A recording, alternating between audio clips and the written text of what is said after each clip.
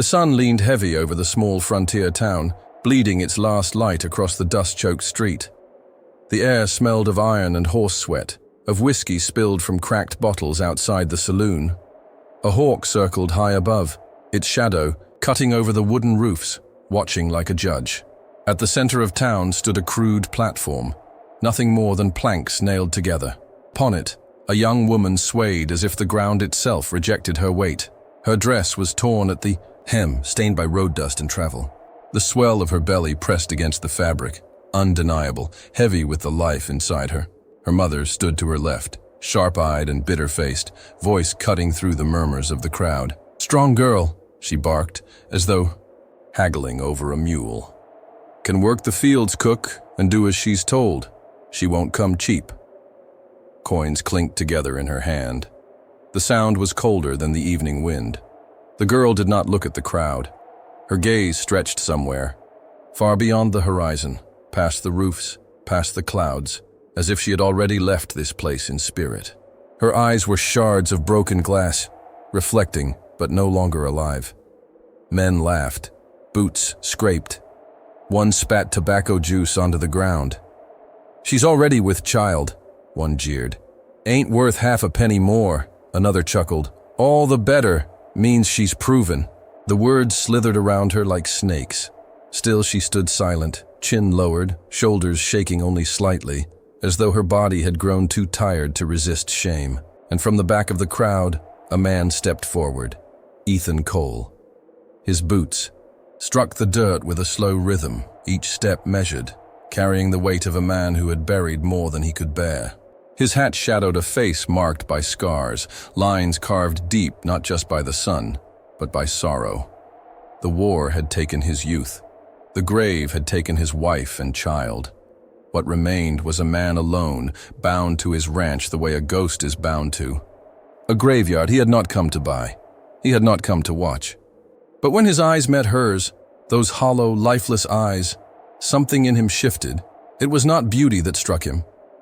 It was a silence louder than any scream. The mother snapped her fingers. "Who'll start the bid?" A hand rose. A thin man with yellow teeth called, $2. "2?" the mother scoffed. "You'll insult me in front of God himself?" 3. 4.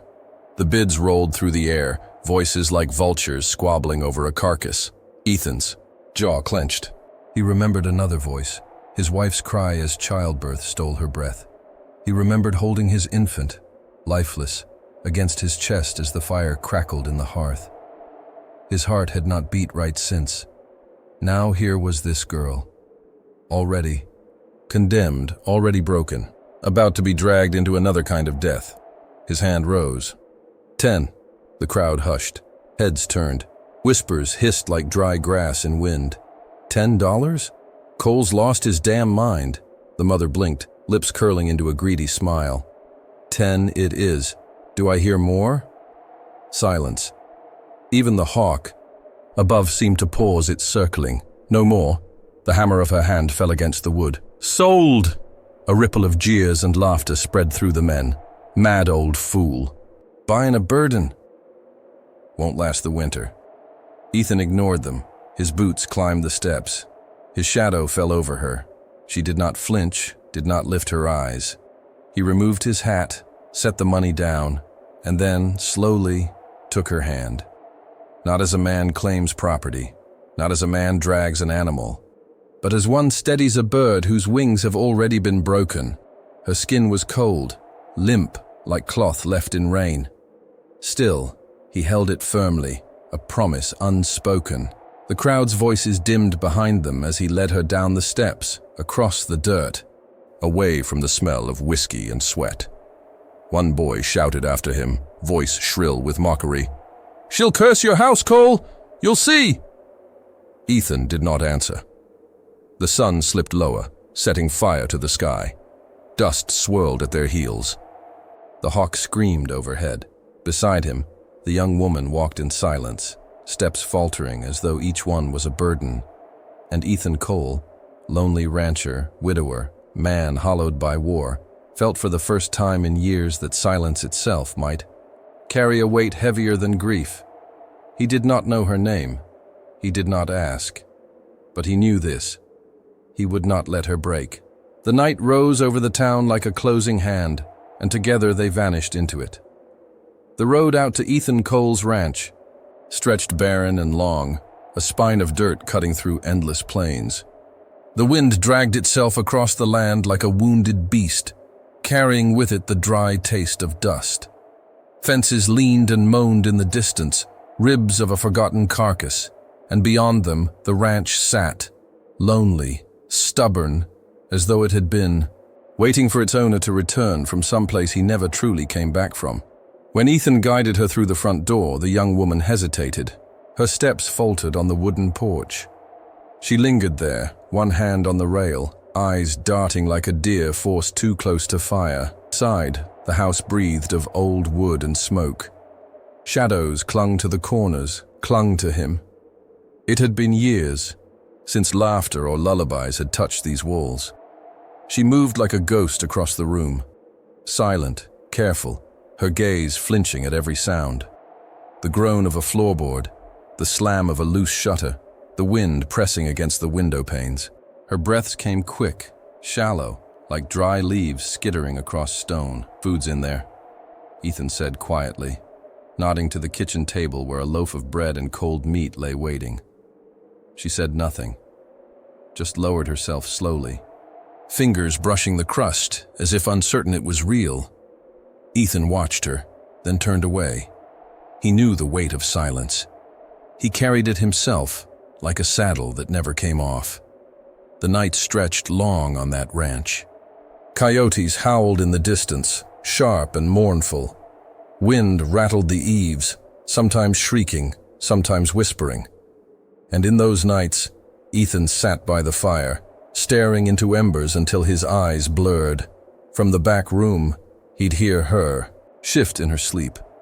Restless, uneasy. The sound of her breath sometimes rose, trembling and quickening. And in it he heard echoes, the memory of another woman gasping for air, his wife's last fight against the dark. He would close his eyes, jaw set, and let the firelight wash over him like penance. Days carved their own rhythm. At first she barely stepped beyond the doorway, but hunger and necessity pulled her into the routines of the ranch. She fed the chickens, poured water from the well, swept the porch. Her movements were still timid, but each day a little less brittle. Ethan mended fences. She stood near sometimes, silent, handing him nails or holding the plank steady while he hammered. Their eyes seldom met. Yet in those moments, a thread pulled taut between them. Thin, fragile, but stronger than either expected. One morning, he found her at the hearth, stirring a pot. The smell of broth filled the house, richer than anything that kitchen had known in years. She did not speak, did not meet his gaze, but placed a bowl on the table and pushed it toward him. He nodded once, lifted the spoon, and the warmth settled, deep inside him like rain after drought. Still, she flinched at sudden noises. When a shutter banged loose in the storm, she dropped the spoon and pressed her back against the wall, wide-eyed, lips parted as though bracing for blows. Ethan stepped forward, slow, raising a hand, not to touch, but to still the air. "It's just the wind," he said, voice low, steady. She looked at him then, really looked, as though searching his face for any shadow of a lie. After a moment, she nodded and returned to her seat, but her hands trembled as they clutched her knees. He didn't press her. He never did. Evenings bled into nights, and nights into dawn. They lived in silence that began, strangely, to feel less like absence and more like language. A language of small gestures, her setting bread on the table without. A word, him leaving firewood stacked higher than she could carry, her stitching a rip in his sleeve with needle and thread she found tucked away in a drawer. One dusk, as the sun bled across the plains and painted the sky in red fire, he caught her standing by the corral, one hand resting on the rail. She stared into the horizon, her hair catching in the wind, eyes distant. The sight struck him, the way her form held both fragility and a kind of quiet endurance. Like a wildflower pushing through stone, he didn't approach, didn't break her moment. Just stood at the porch, hat in hand, letting the wind carry their silence back and forth like a song neither dared to sing. The ranch creaked, the dust storm rolled on the far horizon, and the coyotes began their mournful cry. Yet for the first time in years, Ethan felt something stir inside that did not ache, not master and servant, not captor and captive, two broken souls, finding in silence the faintest echo of each other, and in that fragile echo, a promise neither could yet name. The days had begun to stretch with a rhythm almost human again. Chores in the morning, quiet meals by lantern light, evenings haunted but calm. For the first time since the auction, Clara's shoulders carried less weight, though the shadows never truly left her eyes. Ethan noticed it in the smallest things, the way her hands lingered longer on the laundry line, the way her breath steadied when she stepped out into the open fields. But peace in the frontier was as fragile as frost on glass, and just as quick to shatter. It was a late afternoon, the sky dim with a bank of storm clouds stacking in the west. Ethan was tightening a saddle girth when the ground began to tremble. Hooves, many of them, beating like drums across the earth. Clara was by the well, a bucket half raised. Her head snapped up, eyes wide, breath caught.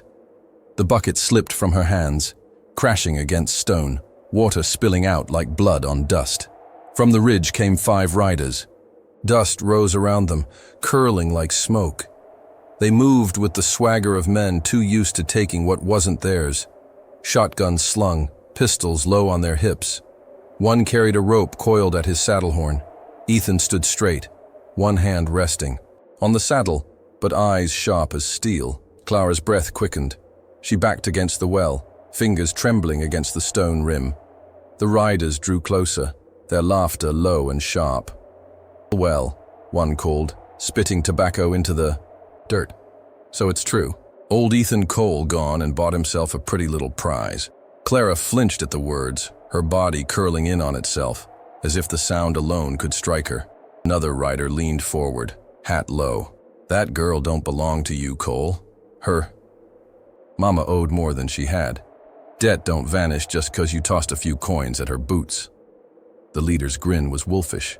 "She's worth more than you paid, and we're here to collect." Silence hung heavy. Only the wind moved, whispering through the dead grass. Ethan didn't draw a gun, didn't raise his voice.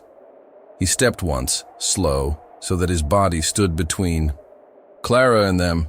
His shadow stretched long across the dirt. "You best ride on," he said, voice low, steady as a grave marker. The men chuckled. One spat near his boots. "You think you scare us, Cole? You ain't nothing but a broken down soldier clinging to dirt that should have blown away years ago." Ethan's jaw tightened, but his eyes never left theirs. Memories clawed up from the pit of his past, smoke, gunfire, the cries of dying boys. He had buried too many to bother with bravado. Death was no stranger here. For a long moment, no one moved. The storm clouds rumbled overhead as if the sky itself was holding its breath. Finally, the leader snorted, jerking his reins. "This ain't over." Boots dug into flanks. Hooves pounded. The riders wheeled and galloped off, dust swallowing them as quickly as it had delivered them. Clara stood rigid, hands white-knuckled against the well, her chest rising and falling in quick bursts. Ethan turned, his expression still stone, though his heart hammered inside him like a war drum. "Inside," he said quietly. She moved, legs shaky, her figure small against the vastness of the plain. That night, the ranch house was filled with silence deeper than usual. The storm that had gathered all afternoon finally broke, rain lashing against the shutters, wind howling through the cracks. The fire hissed low in the hearth. Ethan sat at the table, a rifle laid across his lap, listening for hoofbeats that might return in the dark. From the corner he heard it, the smallest voice. "Why?" He looked up. Clara sat in the chair opposite, her knees drawn up, eyes glistening in the firelight. Her voice cracked like brittle wood splintering in the heat. "Why would you fight for me?" The question hung between them, heavier than any storm. Ethan swallowed. His throat felt raw, as though his words had been buried too long beneath stone. When he spoke, It was a whisper of ashes, rasped from a heart that had burned down to its last ember. Because no one fought for mine. The room went still, save for the hiss of the rain and the soft crackle of fire. Clara's lips parted, but no sound came. Her eyes searched his face, and for the first time, her fear seemed to give way to something else. Something softer, trembling, dangerous. A bond, fragile but real, sparked in the space between them. Not spoken, not yet trusted, but undeniable. The storm outside raged on, rattling the shutters. But inside, in that dim glow of firelight, a different storm began to brew. One of hearts, one of longing. Romantic tension flickered like candlelight, fragile and forbidden, and Ethan Cole, who had sworn never to feel again, found himself caught in it, helpless against the silence that now bound them both. The days stretched thin as Clara's belly grew heavy, her steps slower, her breath shallower. The prairie wind seemed to carry a different weight now, storm clouds rolling low and black across the horizon, shadows crawling across the plains like restless ghosts. Ethan kept watch more than he ever had, not only for riders who might return, but for the quiet dangers creeping inside his house. Childbirth, memory, sorrow. He had lost once before. He could not lose again. One evening, as the air pressed thick and the first mutters of thunder grumbled far off, he carried an old rifle out to the yard. Clara stood at the porch rail, one hand on her stomach, eyes following him warily. He set the weapon down against the post. "Come." She hesitated, her lips parted, uncertain. Then slowly she stepped down, the wood creaking beneath her feet. Ethan lifted the rifle, held it across his arms. "Best you know how to use it. Out here, storms don't always come with rain." Her fingers brushed the stock as she took it. The gun was heavy, nearly too heavy for her frame. He stepped behind her, guiding her hands into place. His palms covered hers, calloused and warm, steadying the tremor in her grip. "Breathe with it," he said. The silence between them charged like the sky before lightning. She inhaled, shaky, the scent of earth and iron filling her lungs. His chest almost touched her back, his breath near her ear. For a moment, she forgot the rifle, forgot the weight of her belly, forgot everything but the man who stood like an anchor behind her. She pulled the trigger. The shot cracked across the plain, echoing against the hills. The recoil startled her, stumbling her back into him. His hand caught her elbow, firm but gentle. And then, laughter. Small at first, breathless, then spilling out like water breaking through stone. Her laughter. Ethan blinked, stunned by the sound. A sound this house had not known in years. He found himself chuckling once, rough and awkward, like a man remembering a song he thought forgotten. The storm clouds gathered darker above, but for a brief moment the weight of the world lifted. That night, lamplight glowed soft in the kitchen. Clara sat at the table, hands folded over the swell of her stomach. Ethan moved quietly, setting the lamp higher, feeding the fire, avoiding the silence that now felt almost dangerous. Her voice broke it first. "I need to tell you something." He stopped, turned. Her eyes were on the flame, not on him. "This child, it isn't from love." Her throat worked, the words jagged glass she forced herself to swallow. "It was taken from me." The words hung sharp as lightning, splitting the sky. Ethan's fists curled at his sides, knuckles bone white. Rage coiled inside him, silent but violent, like thunder waiting to strike. But when he stepped closer, his voice was not anger. It was reverence, low, rough, heavy with truth. "A child born of fire," he said, "can still light the world." Clara's breath caught. She looked at him then, really looked, eyes wet, searching his face for pity and finding none. Only respect, only strength. Something shifted in her chest. For the first time since the auction block, she saw him not as a man haunted, not as a stranger who had bought her freedom with coins, but as a pillar, scarred but unyielding. Hope flickered. In her eyes, faint and fragile, but alive. Later, the two sat in the quiet of the parlor.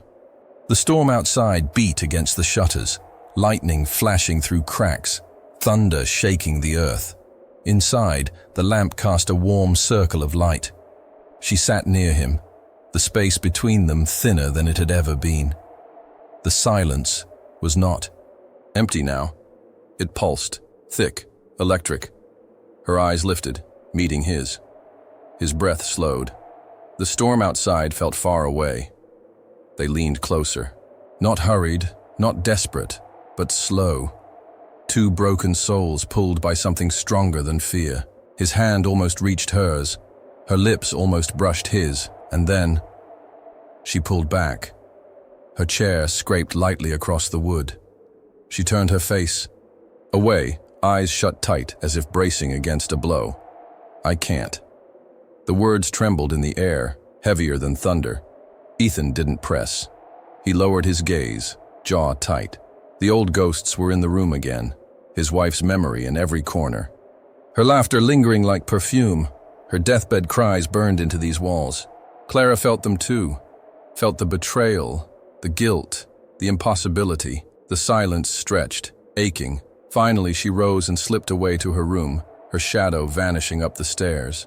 Ethan sat alone, the lamplight flickering, the storm raging.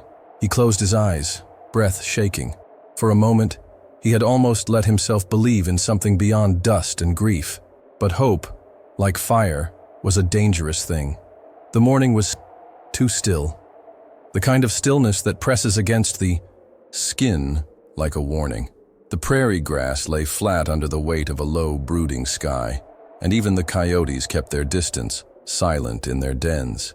Ethan felt it first, the itch in his bones, the sense that the land itself was holding its breath.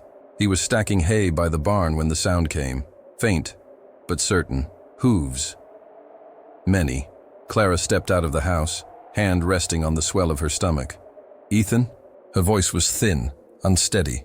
He looked at her once, then past her, to the horizon.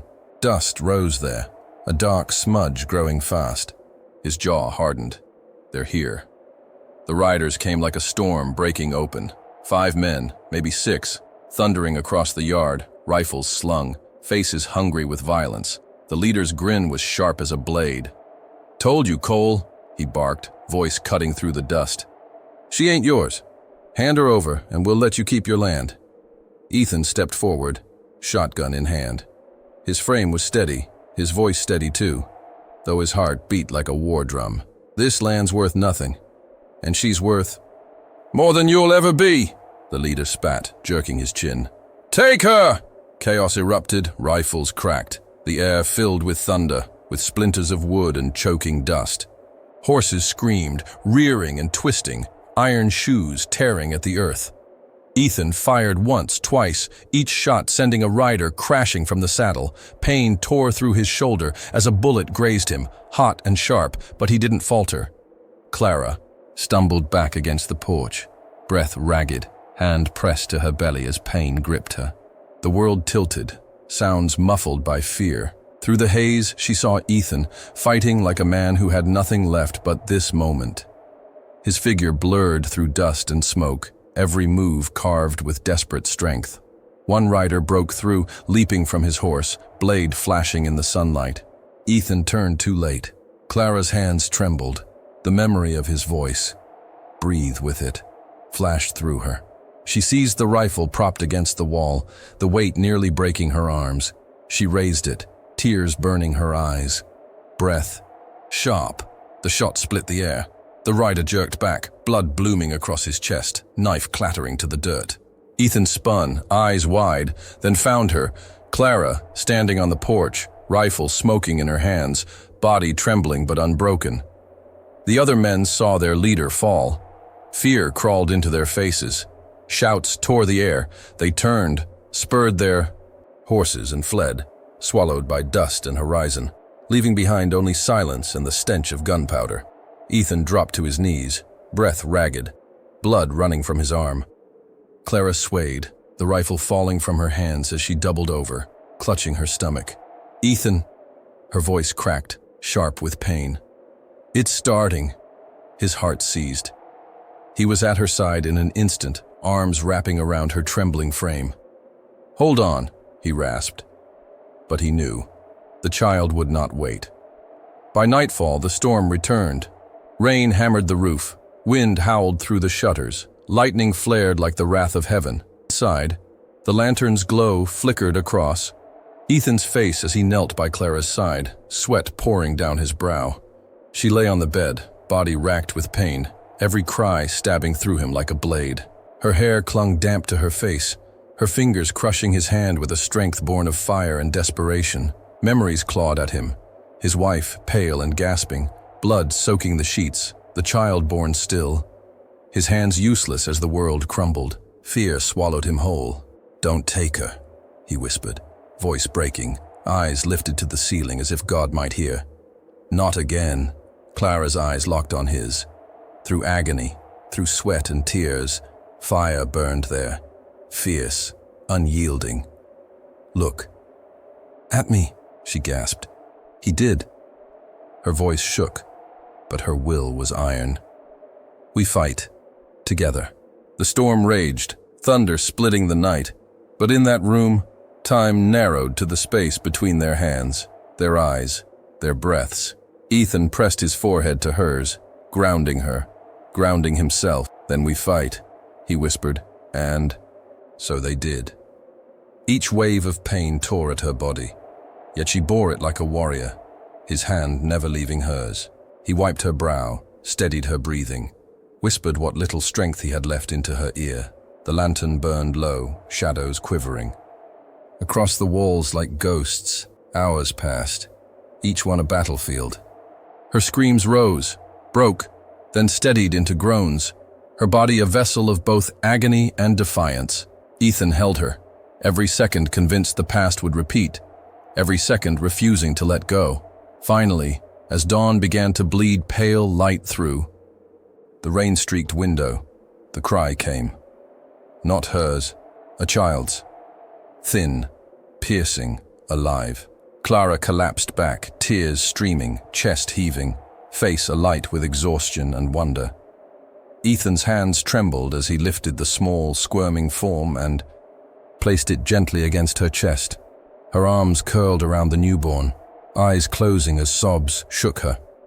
Relief, grief, and joy all tangled together. Ethan sat beside her, bloodied, bruised, but alive. His eyes burned as he looked at them, at her, at the miracle in her arms. He had fought battles across torn fields, buried brothers, lost a wife to shadows, but never had he felt victory like this. Clara's hand found his, squeezing weak but sure. Their eyes met, and in hers he saw it. Not fear, not shame, but fire. Together, they had fought death. Together, they had brought life. The storm had broken. By the time dawn came, the sky was clear, washed pale and tender, as though heaven itself had been scoured clean. Golden light spilled across the plains, kissing the wet earth where rain still clung to blades of grass. The world smelled of damp soil, smoke, and something new, something alive. Inside the small ranch house, silence reigned. Not the silence of fear, nor grief, but the fragile, trembling silence of a moment too. Sacred for words, Clara lay propped against worn pillows, her hair damp and tangled, face drawn yet luminous. In her arms rested a swaddled child, so small, so impossibly fragile, its breath soft as the flutter of a moth's wings. Tears tracked her cheeks, not of sorrow, but of defiant joy. Her lips trembled as she gazed down at the miracle she had fought for, the miracle they both had bled for. Ethan stood in the doorway, shoulders bowed, his shirt torn and stained with blood not all his own. His body ached, wounds raw, but none of it seemed to touch him now. His eyes, tired, weathered, eyes that had seen too much of death, were fixed on the child, as though seeing the world reborn. Clara's gaze lifted. For the first time, her voice carried his name, soft yet certain, a tether thrown across years of silence and sorrow. Ethan. The sound struck him like no bullet ever could. He staggered a step forward, kneeling slowly beside the bed. His hand, rough and scarred from war and work, trembled as it reached out. He laid his palm gently upon the child's chest, feeling the rapid, steady beat of a heart brand new. A single tear cut through the grime and blood on his face, falling onto the blanket. He did not brush it away. Clara's hand found his, fingers frail but sure, curling over his knuckles. Their eyes met, and in that quiet gaze, the ghosts that had haunted him for so long began to lift. The house that once held only echoes of grief now breathed with the cries of new life. Outside, the ranch stirred with promise. The wind no longer moaned through broken fences. It carried the scent of rain and new grass. The earth, long stubborn and dry, seemed to soften, as though willing to yield again. Ethan looked around the room, every corner heavy with memory. The chair where his wife once sat, the hearth where he had spent years staring into flames, the walls that had heard his silence. Those ghosts did not vanish, but they no longer ruled him. They had made room for her, for the child, for the life that had forced its way into his battered world. Clara shifted, wincing, but when she spoke, her voice carried strength beyond her. Brokenness. He'll need a name. Ethan swallowed, his throat thick. Then we'll give him one worthy of fire. She smiled faintly, exhaustion softening her features, but hope burning there too. The smile was small, fragile, but it was real. The first true smile he had seen touch her lips. Their love was not spoken. It didn't need to be. It lay in the brush of her hand against his, in the way she allowed her head to rest against his shoulder, in the newborn's cry that filled the hollow spaces where loneliness had once lived. The miracle he had waited for was not only the child, though the child was everything. Nor was it only Clara, though she was the fiercest flame he had ever known. It was this family forged from ruin, from pain, from redemption.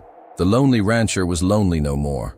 Ethan drew a long, shuddering breath and closed his eyes, resting, his forehead against Clara's hair. The baby stirred between them, tiny fists reaching, claiming them both. And as dawn spread across the land, painting the ranch in gold, Ethan Cole finally felt what he had thought forever lost: peace. Not the hollow quiet of solitude, but the living, breathing peace of belonging, a legacy not carved from war, but from love.